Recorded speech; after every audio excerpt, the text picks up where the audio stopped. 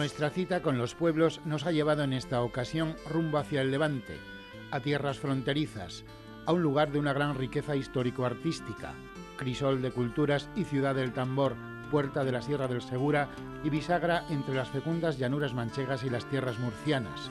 En la vega que le da nombre se encuentra Ellín, destino de nuestro programa de hoy. Situada a 59 kilómetros al sureste de la capital, es una de las 3 poblaciones más importantes y antiguas de la provincia de Albacete. Para entender el origen de Ellín hay que desplazarse a 10 kilómetros de su población, a su pedanía de Minateda, un lugar de gran trasiego humano donde se asentaron diferentes comunidades prehistóricas, como así lo acreditan los importantes yacimientos del Paleolítico aquí encontrados. En su entorno existen abundantes abrigos con pinturas rupestres que representan animales y figuras humanas.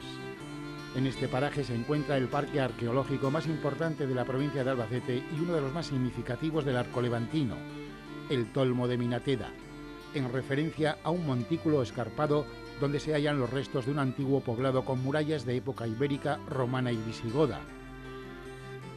Durante siglos este lugar se usó de una forma continuada como núcleo de población. Existen tumbas monumentales del siglo II y I a.C. que corresponden a príncipes ibéricos.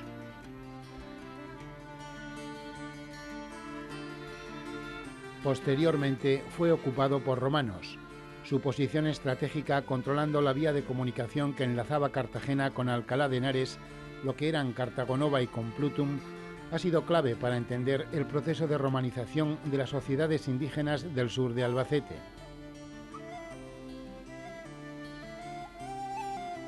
El lugar descubre gran cantidad de tumbas excavadas en la roca.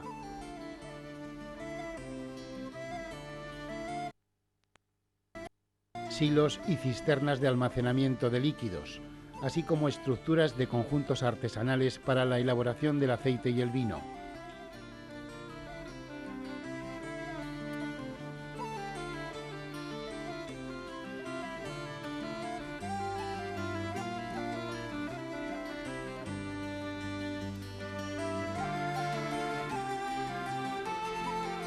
En toda la zona han sido encontrados objetos de gran valor arqueológico que han servido para establecer de una forma cronológica los diferentes periodos en los que el poblado estuvo habitado, sus costumbres y métodos de vida, sus armas, su cultura, sus creencias, la distribución de sus viviendas, la evolución de sus herramientas de trabajo, los objetos domésticos y decorativos.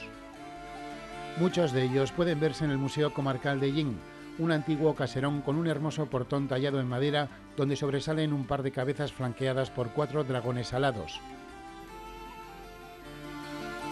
Lápidas funerarias de los siglos I y II después de Cristo, un sarcófago ricamente labrado perteneciente al primitivo arte cristiano. Esculturas de patricios de época romana.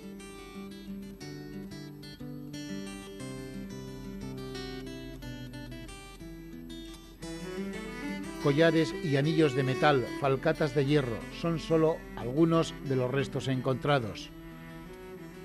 La rica colección de cerámica ocupa un lugar destacado con vasijas, cántaros, jarrones o platos de diferentes periodos.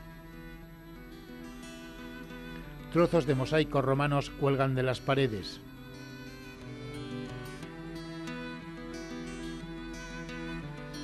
El Parque Arqueológico del Tolmo de Minateda es uno de los polos de atracción cultural más originales de nuestra región, con un centro de interpretación que permite al visitante recorrer un amplio periodo de la historia de nuestro lejano pasado.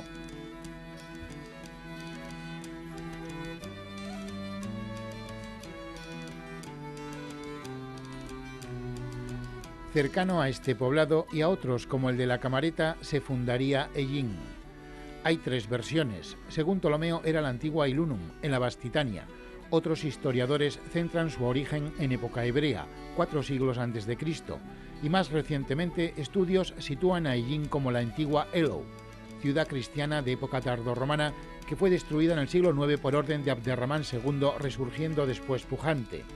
De hecho, su núcleo urbano quedó definido precisamente en periodo musulmán, alrededor del cerro del castillo almohade del que aún quedan restos. El poeta Abu Hayyasan Azim hablaba de ella en el siglo XIII como deleitable morada de amantes, hombres de letras y bellas mujeres. Se la conoció por los nombres de Fellín en 1248 y Montellín en 1311.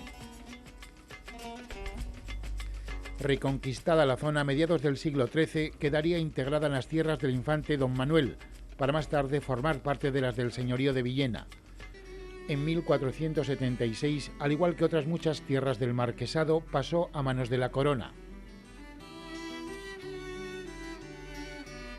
Hoy Ellín es una ciudad emergente, bien surtida de patrimonio artístico y tradiciones, con un tejido industrial y humano que va creciendo al amparo de esa posición estratégica que a lo largo de la historia ha hecho valer, al lado del trazado que une el eje central de la península con el levante murciano y el este de Andalucía.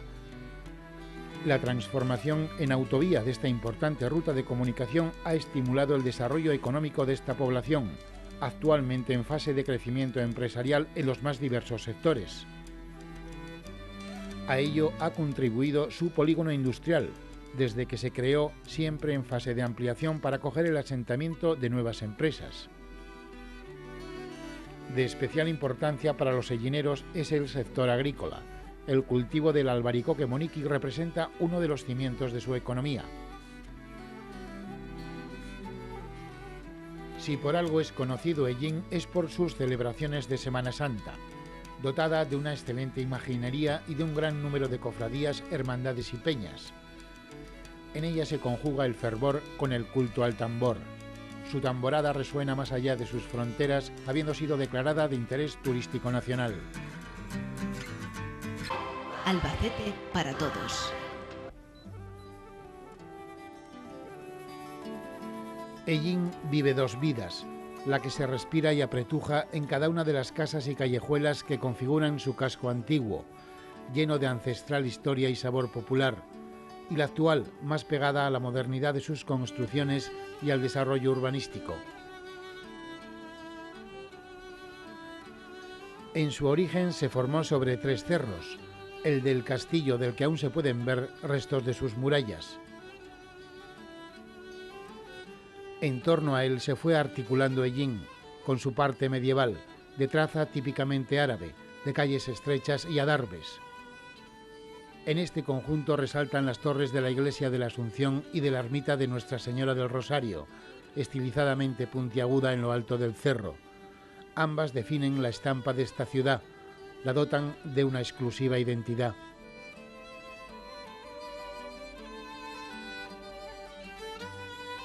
Su estructura urbana se iría extendiendo hasta el segundo cerro, el de San Rafael, donde se levanta un tanto solitaria su ermita.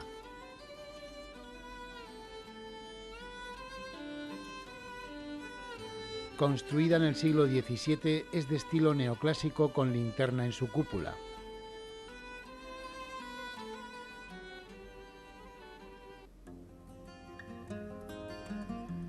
Una vez entramos en su interior, observamos una pequeña nave única donde se conservan un gran número de antigüedades, obras de arte recopiladas de Ellín y ornamentos del siglo XVII. Destacan sus cuadros, el más importante el de la caída de Jesús, que se atribuye a la escuela de Tiziano. Otro tanto podría decirse de este lienzo dedicado a la Purísima.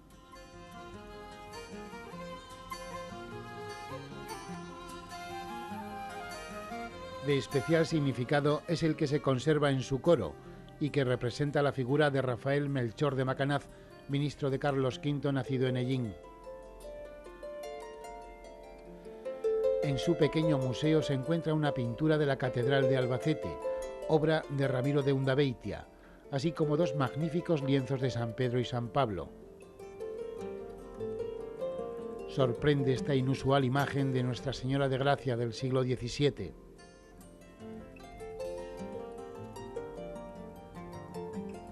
De sumo interés es la colección de niños de Salcillo.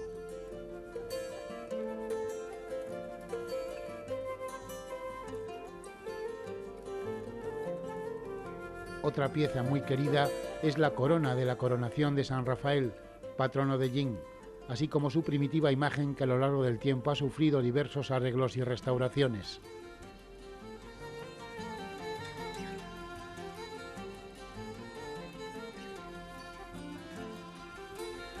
En esta especie de laberinto que es su casco antiguo, la ciudad ofrece todo su pozo histórico.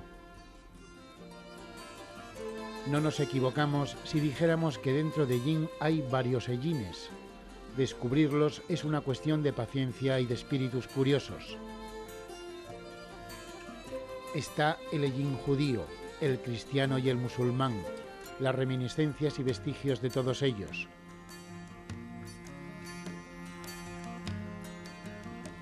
A cada paso surgen pintorescos rincones, calles cuyos nombres evocan un atractivo pasado histórico.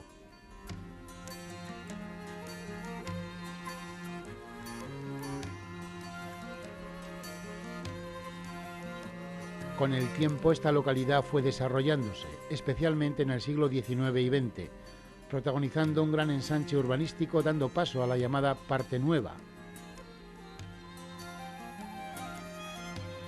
Así Ellín se fue extendiendo hasta configurar una ciudad que, pese a haber atravesado periodos de letargo demográfico, ha consolidado en los últimos tiempos un significativo ascenso de población, convirtiéndose en uno de los 3 núcleos urbanos de la provincia de Albacete que ha rebasado la cifra de 20.000 habitantes. Como un fiel reflejo del cielo ellinero, nos dejamos guiar por la reluciente cerámica de las azuladas cúpulas de su ayuntamiento, austera construcción cuya fachada principal forma parte del conjunto que conforma la plaza de la Iglesia de la Asunción, punto de confluencia vital entre el Ellín antiguo y el moderno. En ella resplandece con luz propia la Iglesia de la Asunción, reflejo del cambio en la forma de construir en España entre el final del gótico y el inicio del Renacimiento. Es una obra rotunda. Se comienza en 1499, finalizando su periodo constructivo a principios del siglo XVII. En su exterior destacan como pequeños episodios estéticos 2 ventanales que enlazan con la arquitectura de Andrés de Vandelvira. Su torre, rematada en copete levantino, acoge el mejor campanario de las iglesias de la provincia de Albacete, al decir de los entendidos. Su sonoridad y armonía le han hecho acreedor a tan reconocida distinción. Su fachada, que se fecha en torno a 1605, parece ser el remate final del templo. En ella se observa la portada adornada por el grupo escultórico de la Asunción, dotado de un singular encanto y armonía. Su interior se organiza en 3 naves y 5 tramos de tipo columnario de unas proporciones grandiosas con bóvedas estrelladas. Esta generosidad de volumen respondía a 2 fines: generar espacio para los enterramientos por una parte y por otra para colocar de forma separada a los distintos grupos sociales durante los actos litúrgicos, algo muy común en aquellos momentos. Otro de los elementos que caracterizan esta iglesia son las capillas laterales, que reflejan la variedad y la evolución constructiva de este templo. En ellas se observan un buen repertorio de tallas, aunque es copia, la Dolorosa de estilo salcillesco es muy venerada en esta localidad. De autor desconocido, la Virgen de la Soledad posee un especial encanto. Aunque sin duda la más interesante y conocida es el Cristo Yacente, obra cumbre de la última época de Mariano de Benlliure.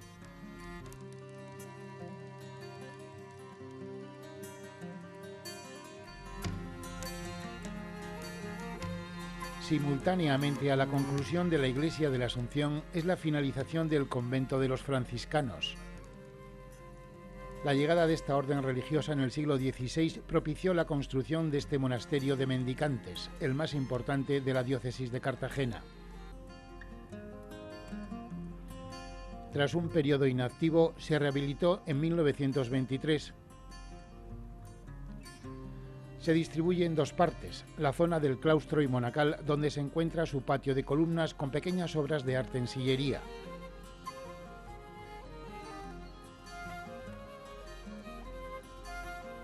Y el área de su iglesia, abierta al culto, con un importante artesonado, nave central y capillas laterales. Se observa la calidad de los tallistas barrocos en alguno de sus retablos.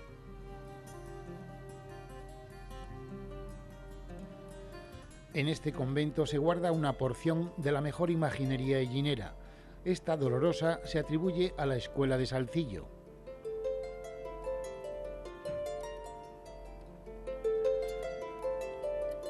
Es una iglesia llena de detalles a caballo entre el gótico y el renacimiento, que alcanzan su máxima expresión en el Camarín de la Virgen, uno de los más hermosos de la provincia de Albacete.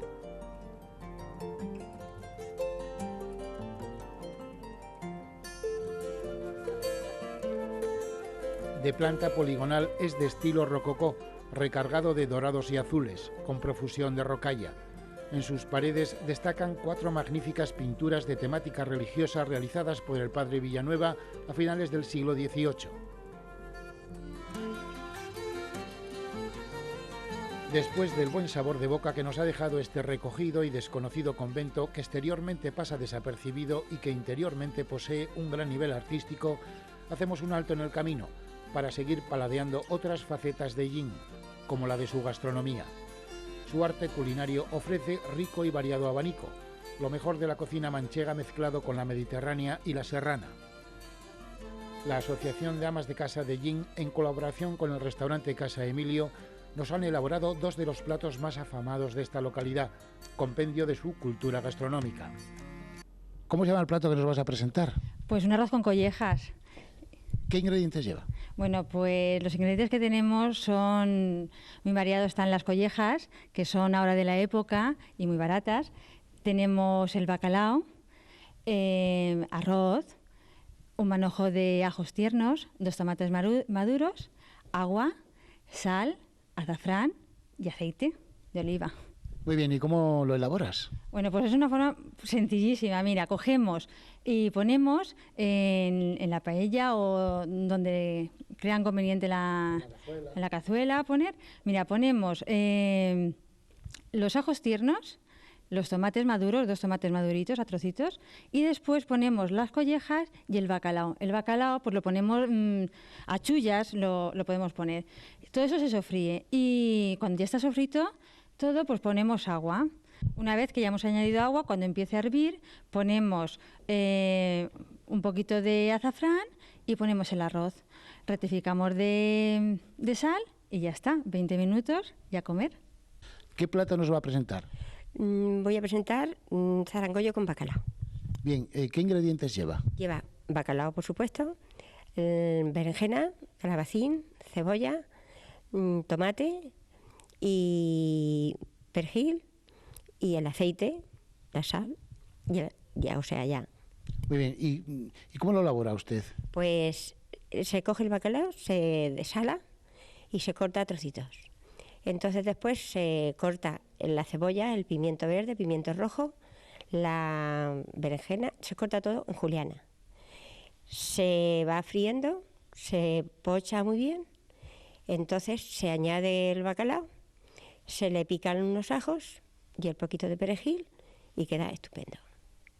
¿Y se deja cuánto tiempo?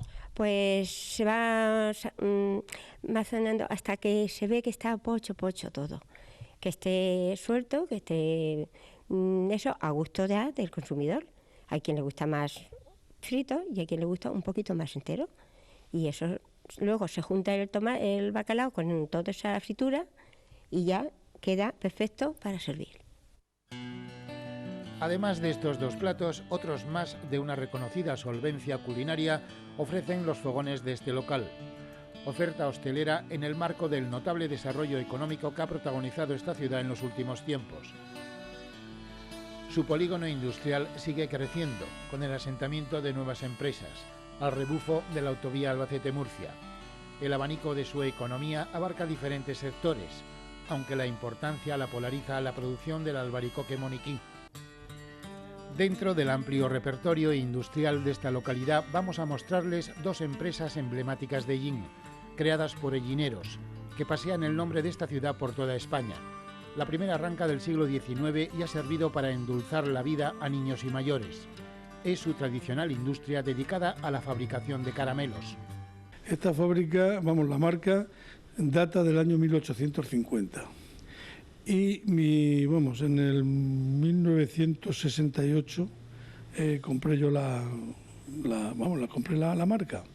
y desde entonces estamos produciendo caramelos. Ya producíamos antes. En el año 50 mi padre ya empezó a hacer caramelos y trabajamos con una marca de La Perla. Y en el año 68 compramos la Elisa.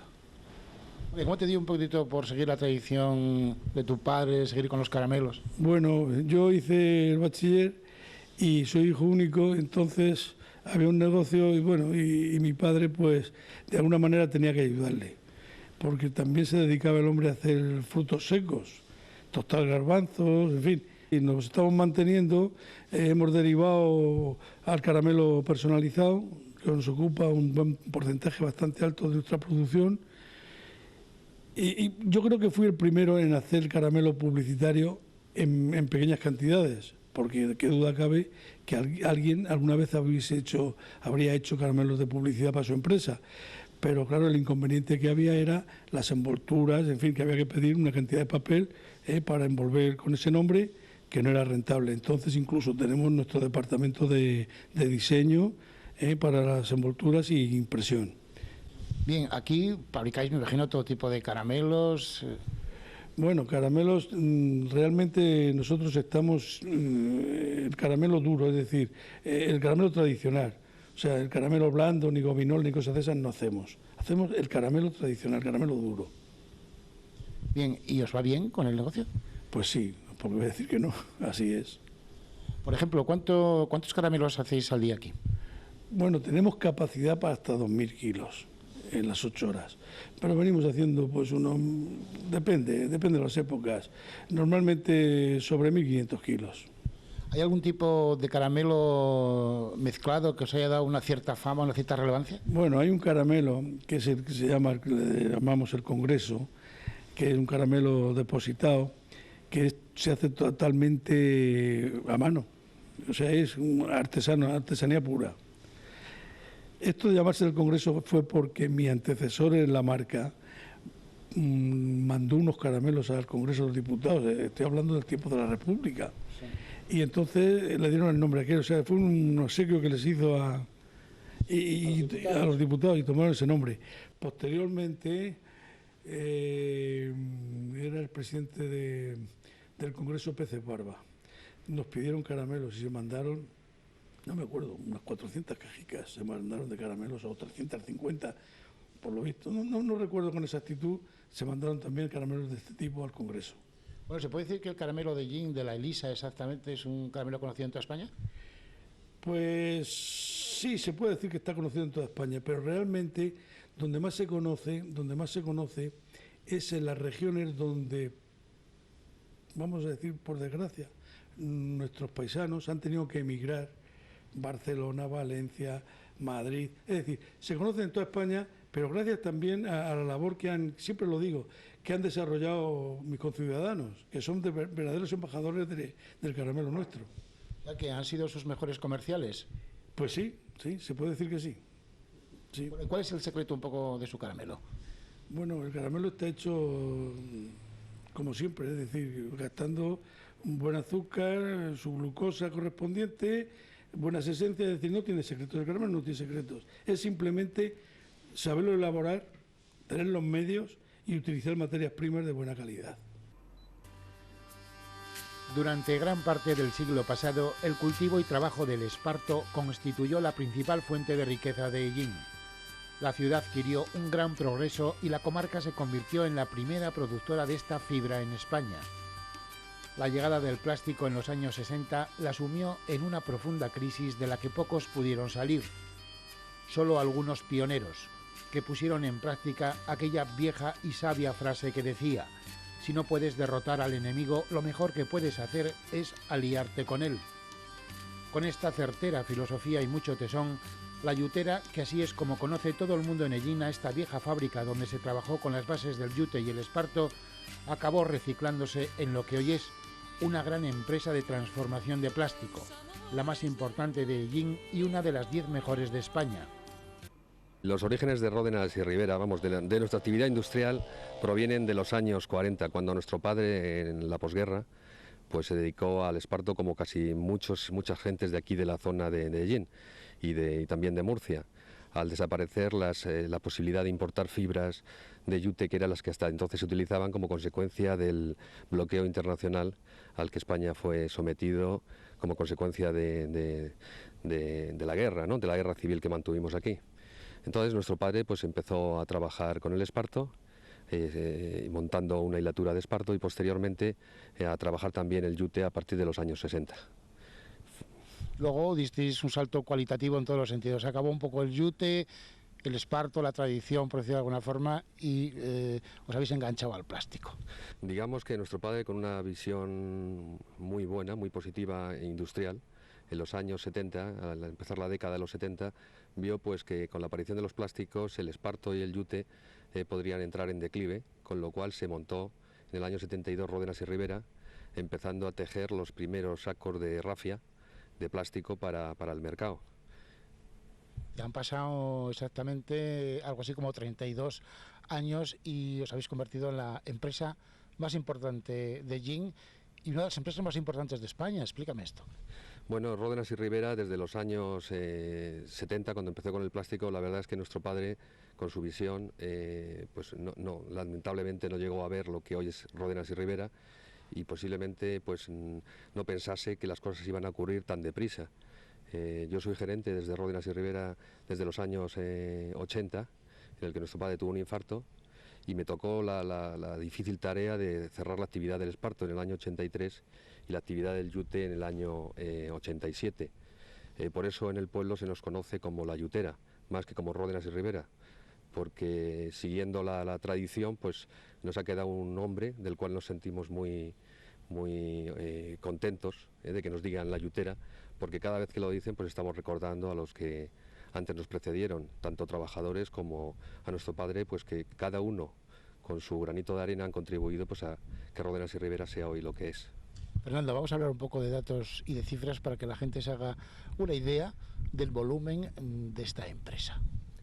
Bueno, Ródenas y Rivera hoy tiene 3 centros de transformación y está dando trabajo aquí en la comarca pues aproximadamente a unas 300 personas.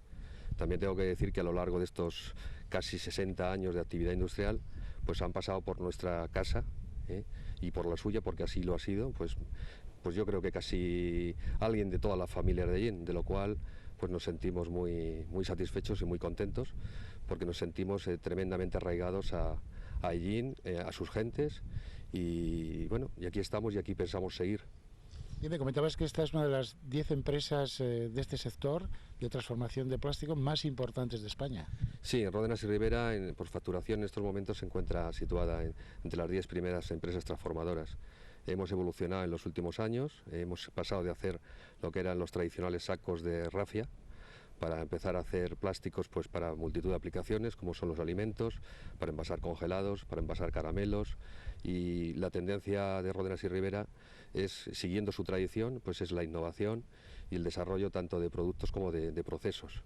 En cifras, Ródenas y Rivera en la actualidad está exportando el 40% de su producción y bueno, tiene unas perspectivas de seguir creciendo y luchar contra lo que hoy en España y en general en Europa estamos luchando casi todos los empresarios, que es con la terrible fiebre china de importación de productos, que tanto están afectando a sectores pues como la madera, como la cuchillería, como el textil, que en estos momentos está atravesando pues por una gran dificultad, e indudablemente también a algunos productos de plástico.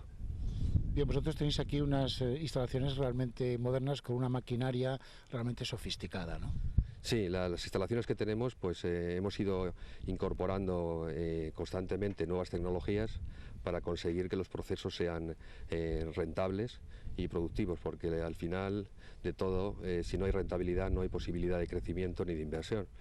En ese sentido, digamos que tenemos una maquinaria pues, de la última tecnología en estos momentos, no tan solo en España, sino en Europa y en el mundo. Y habéis seguido siendo fieles a Jin, evidentemente, porque tenéis varias instalaciones aquí, pero todas en Jin.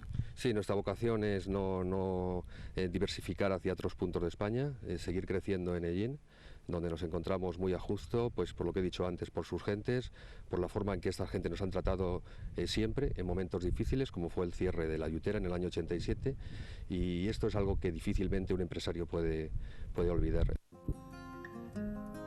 En la parte más alta de su casco histórico se encuentra la ermita de Nuestra Señora del Rosario, construida en parte sobre los cimientos de un antiguo santuario. Sometida a diversas reformas, su final se fecha en el siglo XIX. Es obra ecléctica del arquitecto ellinero Justo Millán, que dejó múltiples obras por el sureste peninsular. Destaca la fachada y la torre de planta poligonal, aunque su interés se encuentra en su interior. Este santuario adquirió su máximo esplendor en el siglo XVIII. De esta época es la conclusión de la auténtica joya de esta ermita, el camarín de la Virgen del Rosario, a la que los ellineros profesan una lejana devoción. En documentos de 1596 y como una influencia del paso de Jaime I en época de la Reconquista, ya se hablaba de la Virgen del Roset. Su camarín se terminó en 1763. Es obra rococó de planta octogonal, de un gran nivel artístico, al igual que sus frescos, de autor desconocido, muy bien conservados.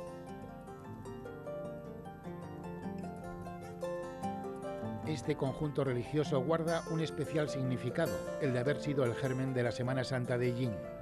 Aquí se guardaban los pasos de la Semana Santa antes de existir las hermandades y cofradías. Cuando llegaba el Domingo de Ramos, familias y amigos de esta localidad realizaban las pujas que les daban derecho a sacar los tronos.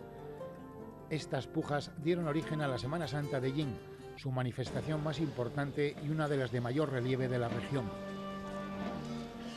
Declarada de interés turístico nacional, conjuga dos caras diferentes formando parte de un mismo rostro.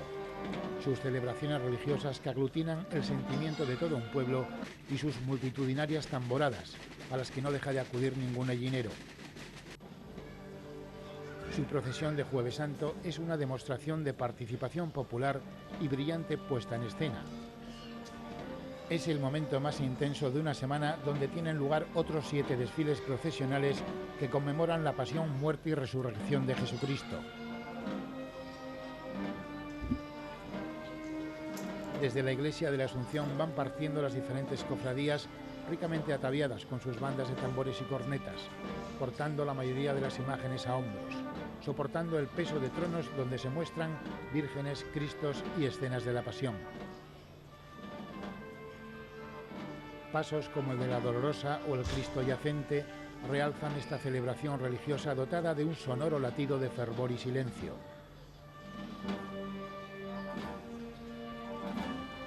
Tallas de afamados escultores como Mariano Benlliure, Víctor de los Ríos o el escultor local José Zamorano son paseadas por el intrincado casco histórico de esta localidad.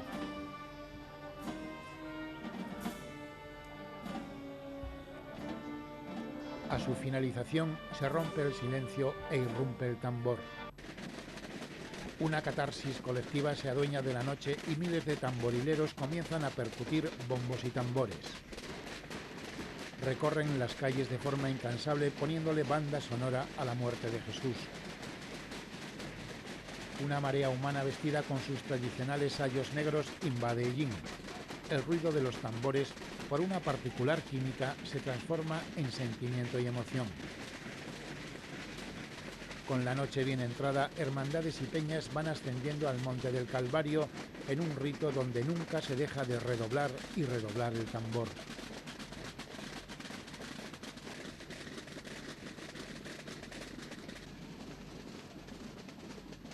En este mismo escenario, con las primeras luces del Viernes Santo, tiene lugar uno de los momentos cumbres de la Semana Santa ellinera, la ascensión de pasos y tronos a la explanada del Calvario, donde miles de tamborileros esperan las sucesivas llegadas de los portadores para unirse a la festividad.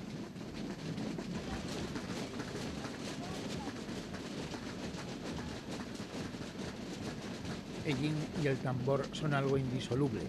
Desde la infancia los ellineros aprenden a familiarizarse con este instrumento y adoptarlo como algo propio. Por eso no es de extrañar que su tamborada sea considerada como una de las más grandes del mundo, ya que no hay ellinero que no participe o haya participado alguna vez en ella.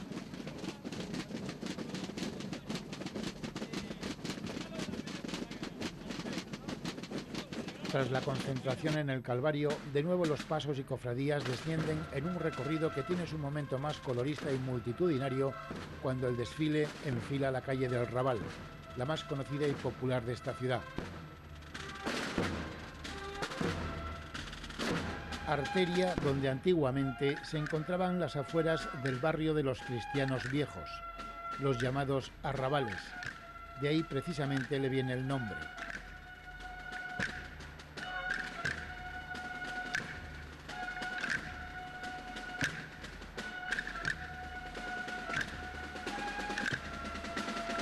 Es esta una manifestación de un gran calado religioso, emocional y artístico.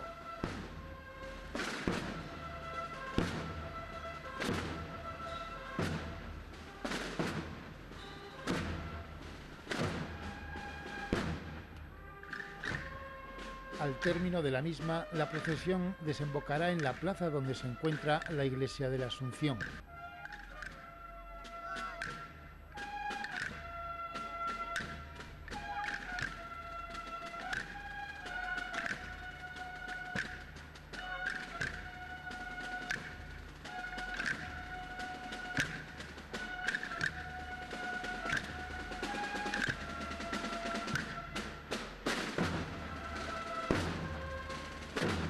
A través de su pórtico, los pasos irán encontrando cobijo. Es el remate final, el último esfuerzo. El trono se irá girando en una última despedida, con la Virgen o el Santo mirando de frente al público y los fieles, entrando de espaldas, como manda la tradición. Ellín y sus celebraciones de Semana Santa, que conjugan lo místico y lo festivo. Una razón más para el feliz encuentro con una ciudad donde se viven muchas vidas.